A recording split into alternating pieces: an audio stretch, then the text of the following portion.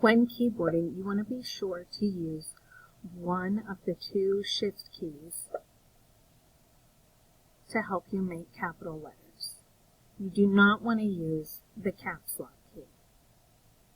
The only instance in which you would use the caps lock key is if you had to make consecutive capital letters, like many capital letters in a row. For the most part, you're always going to use one of the shift keys. There are two shift keys because when you're using proper keyboarding posture and technique, you would use a pinky finger on this shift key and the other pinky finger on this shift key.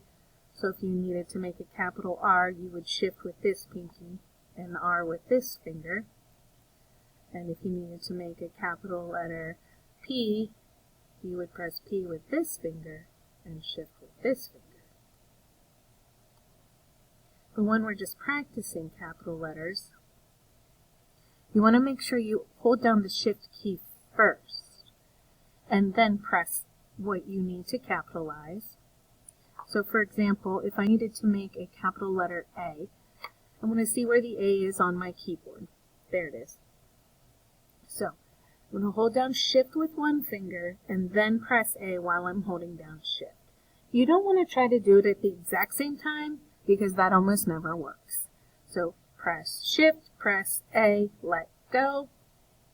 And if you get a capital A on your screen, then you did it correctly. If you get a lowercase a, then you're going to need to backspace and try again.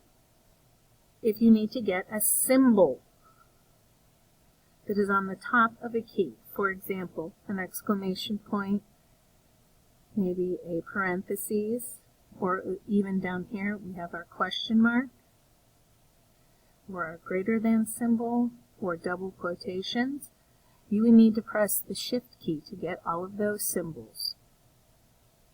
So again, if I needed to get a question mark, I would hold down Shift, press the question mark, and then let them both go.